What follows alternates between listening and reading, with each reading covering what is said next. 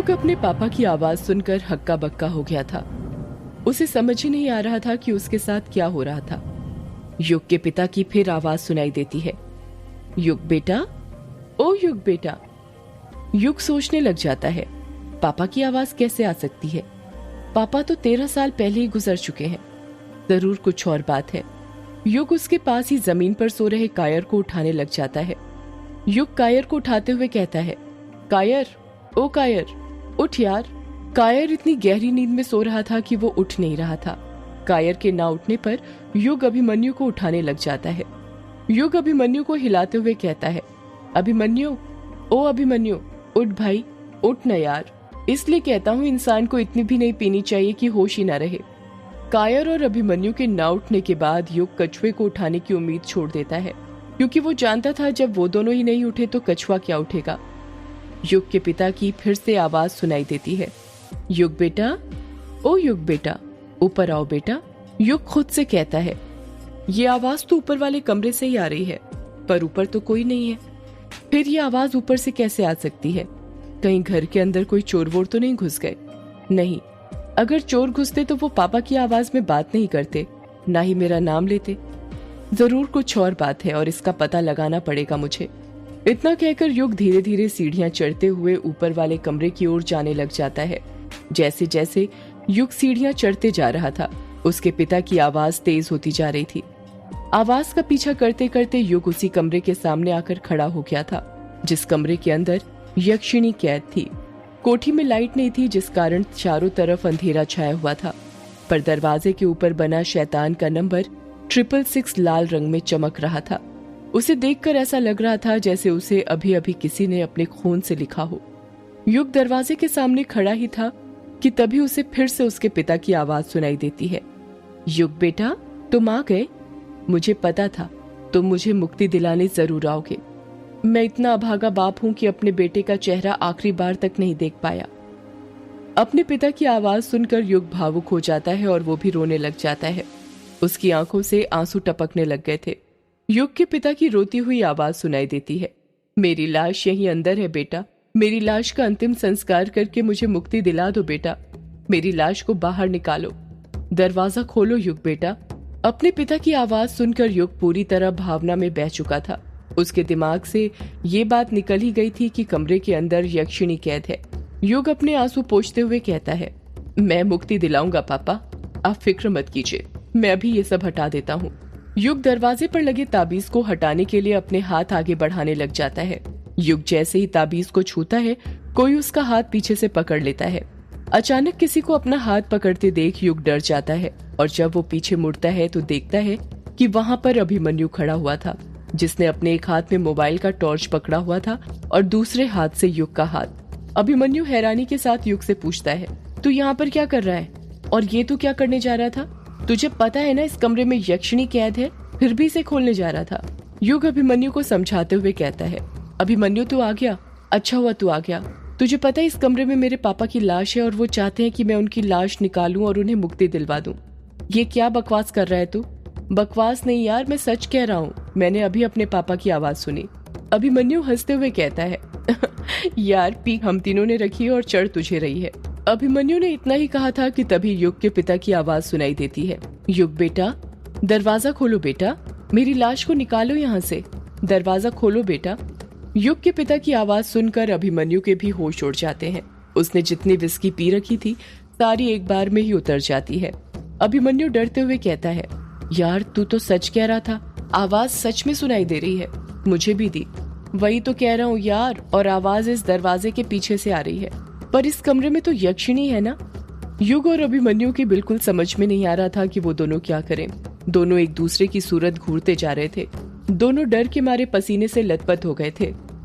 फिर युग के पिता की आवाज सुनाई देती है, युग बेटा, दरवाजा खोलो बेटा।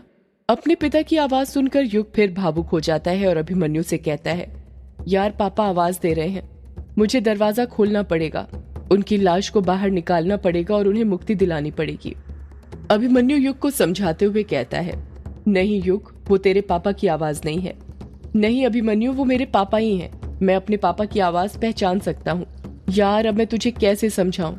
ये यक्षिणी की आवाज है जो तेरे पापा की आवाज निकाल रही है ताकि तू ये दरवाजा खोल दे और वो आजाद हो जाए। नहीं अभिमन्यु, ये यक्षिणी की नहीं मेरे पापा की आवाज है और वो चाहते हैं कि मैं उनकी लाश निकाल कर उनका अंतिम संस्कार करके उन्हें मुक्ति दिला दूं। युग, ये यक्षिणी की एक चाल है, समझ मेरी बात को। मैं तुझे बताता हूँ, आत्माएं ज्यादातर वही बात दोहराती हैं जो काम उन्हें अपने शिकार से करवाना होता है। और तूने एक बात नोटिस की, जब से तेरे पापा की आवाज आ रही है वो एक ही बात बार बार बोल रहे हैं, और वो ये है कि युग बेटा दरवाजा खोल, युग बेटा दरवाजा खोलो, क्योंकि वो तेरे पापा की नहीं यक्षिणी की आवाज है। वो चाहती है तू दरवाजा खोले और वो बाहर निकले। नहीं अभिमन्यु, वो यक्षिणी की नहीं मेरे पापा की आवाज है। वो चाहते हैं मैं दरवाजा खोलकर उनकी लाश बाहर निकालूं। फिर युग के पिता की आवाज सुनाई देती है, युग बेटा दरवाजा खोलो बेटा। युग के पिता की इतनी ही आवाज सुनाई दी थी कि फिर अंदर से कोई दरवाजा ठोकने लग जाता है। कोई अंदर से जोरों से दरवाजा ठोक रहा था। दरवाजा हिलता हुआ देखकर अभिमन्यु डर जाता है और डरते हुए कहता है, देख युग, यहाँ पर रुकना ठीक नहीं है। मैंने पहले ही कहा था कि जहाँ पर आत्माएं होती हैं वहाँ पर नॉनवेज नहीं खाना चाहिए, वरना उनकी उत्तेजना बढ़ जाती है। ये सब उसी का असर है। हमें यहाँ पर और नहीं रुकना चाहिए। चल मेरे साथ नीचे चल। अभिमन्यु लगातार कुछ न कुछ बोले जा रहा था, पर युग पर उसकी बातों का जरा भी असर नहीं हो रहा था। युग अपने पिता की आवाज सुनकर इतना भावुक हो गया था कि वो भूल गया था कि क्या सही है और क्या गलत। युग के कानों में बार बार उसके पिता की आवाजें गूंज रही थी, युग बेटा दरवाजा खोलो, युग बेटा दरवाजा खोलो।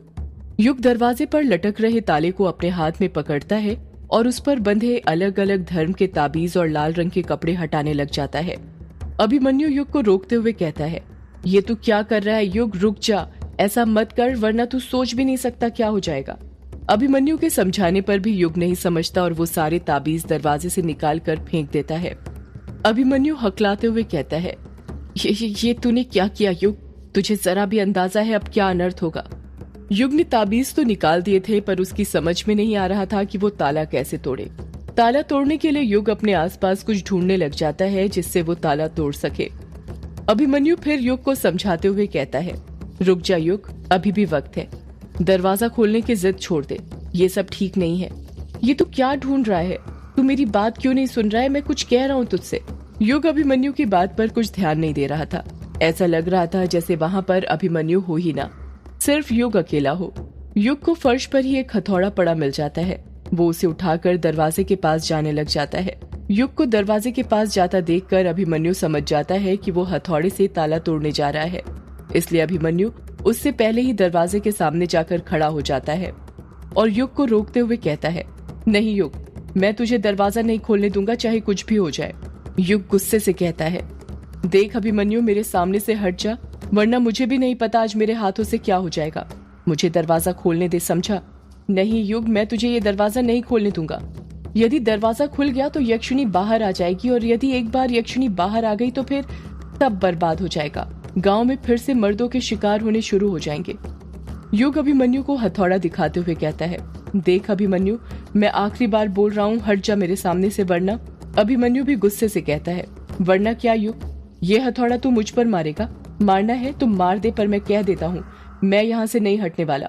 मैं तुझे ये दरवाजा नहीं खोलने दूंगा। युग जानता था अभिमन्यु बचपन से ही बहुत जिद्दी है और वो दरवाजे के सामने से नहीं हटने वाला, इसलिए वो अभिमन्यु को दरवाजे के सामने से हटाने की दूसरी तरकीब सोचने लग जाता है और कहता है, अभिमन्यु, उस दिन जब तू मुझे काला झाड़ी जंगल में मिला था तो तू अपने इलेक्ट्रोमैग्नेटिक फील्ड मीटर से भूत को खोज रहा था ना? अभिमन्यु हैरानी के साथ कहता है, हाँ, तो तू ये सब बातें अभी क्यों कर रहा है? युग प्यार से अभिमन्यु को समझाते हुए कहता है, तो यार, भूत पकड़ने का इससे अच्छा मौका और कहाँ मिलेगा। देख, तुझे भी पता है और मुझे भी कि अंदर कुछ न कुछ तो है, और तू एक पैरानॉर्मल एक्टिविटी एक्सपर्ट है। अगर तू ही डरने लग गया तो कैसे चलेगा? जरा सोच कर देख, अगर मैंने ये दरवाजा खोल भी दिया तो और कुछ हुआ भी तो तू उसे पकड़ सकता है ना? आखिर तू एक सर्टिफाइड पैरानॉर्मल एक्टिविटी एक्सपर्ट है। युग, मैं ना भूतों को खोजता पकड़ता हूँ, यक्षिणी को नहीं, समझा? ये भूत और यक्षिणी में बहुत फर्क होता है। यक्षिणी दूसरे लोग से आई है, उसे काबू में करना मेरे बस की बात नहीं है। युग गुस्सा करते हुए कहता है, एक बात बता, तू सच में पैरानॉर्मल एक्टिविटी एक्सपर्ट है ना? कहीं झूठ मूठ की डिंगे तो नहीं हाँकता? मुझे तो लगता है कि तुझे वो पैरानॉर्मल सोसाइटी वालों ने धक्का मारकर निकाल दिया होगा तेरे इस डर के कारण, तभी तो तू यहाँ पर आया है, डरपोक कहीं का। अगर ऐसे ही चलता रहा तो तू जिंदगी में कभी आगे नहीं बढ़ पाएगा। देख युग, तुझे जो बोलना है बोल, पर मैं तुझे दरवाजा नहीं खोलने दूंगा। तू चुपचाप हथौड़ा मुझे दे दे, वरना मैं नीचे जाकर कायर और कछुए को भी उठा दूंगा, और फिर वो दोनों तेरी इस हरकत के लिए तुझे कभी माफ नहीं करेंगे, ना ही तेरे स्टार्टअप में तेरी कोई मदद करेंगे। युग समझ जाता है कि अभिमन्यु उसकी बातों में नहीं फंसने वाला, इसलिए वो हथौड़ा अभिमन्यु के हाथों में दे देता है। हथौड़ा हाथ में पकड़ते ही अभिमन्यु के कानों में युग की कड़वी बातें गूंजने लग जाती हैं। तुझे भगा दिया गया होगा पैरानॉर्मल सोसाइटी वालों ने, धक्के मारकर निकाल दिया गया होगा, तू जिंदगी में कभी आगे नहीं बढ़ पाएगा। अचानक से अभिमन्यु के हाथ पैर गुस्से के कारण फूलने लग जाते हैं। उसके हाथों की नसें दिखने लग गई थी। गुस्से के कारण उसका चेहरा लाल हो गया था। पता नहीं अभिमन्यु के मन में क्या आता है। अगले ही पल वो अपनी पूरी जान से हथौड़े से ताले के ऊपर वार कर देता है और ताला खट से टूट जाता है।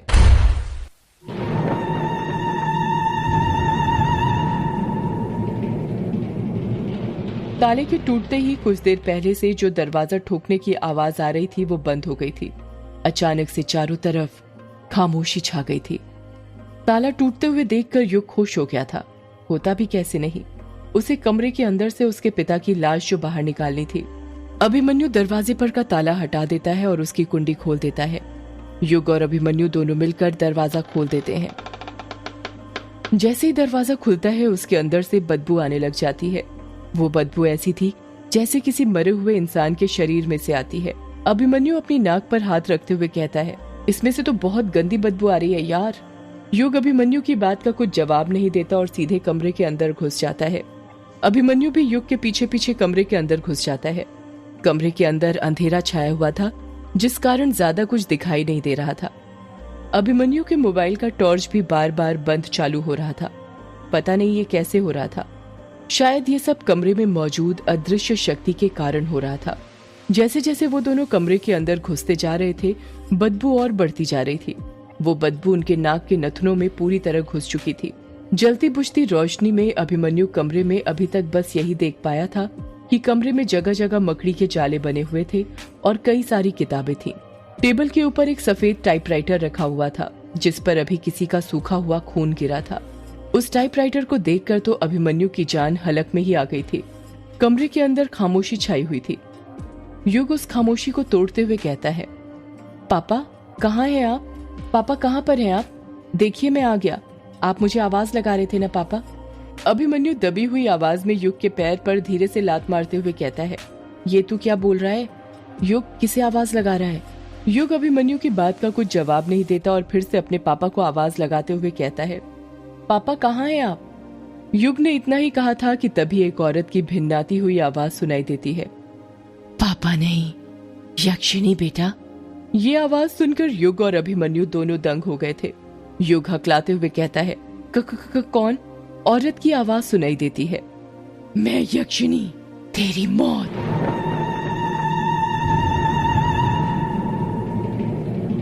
इतना सुनते ही अभिमन्यु फटाक से युग का हाथ पकड़ते हुए कहता है, युग भाग यहाँ से वरना दोनों मारे जाएंगे। युग और अभिमन्यु दोनों दरवाजे की ओर भागने लग जाते हैं। औरत की आवाज सुनाई देती है, रुको, कहाँ जा रहे हो? रुको। युग और अभिमन्यु जितनी तेजी से कमरे से बाहर निकल सकते थे निकल जाते हैं। बाहर निकलते ही दोनों सबसे पहले फटाक से दरवाजा वापस से लगा देते हैं। दरवाजे की कुंडी लगाने के बाद दोनों दरवाजे के ही नीचे बैठकर लंबी लंबी सांस लेने लग जाते हैं। अभिमन्यु हांफते हुए कहता है, यार युग, क्या तूने भी अंदर वही आवाजें सुनी जो मैंने सुनी? युग भी हांफते हुए कहता है, हाँ अभिमन्यु, किसी औरत की आवाज थी। तू सच कह रहा था, वो मेरे पापा की आवाज नहीं थी। सॉरी यार, अनजाने में मुझसे गलती हो गई, मुझे माफ कर दे। गलती तो मुझसे भी हुई है। आखिर भूत पकड़ने के चक्कर में ताला तो मैंने ही तोड़ा था ना।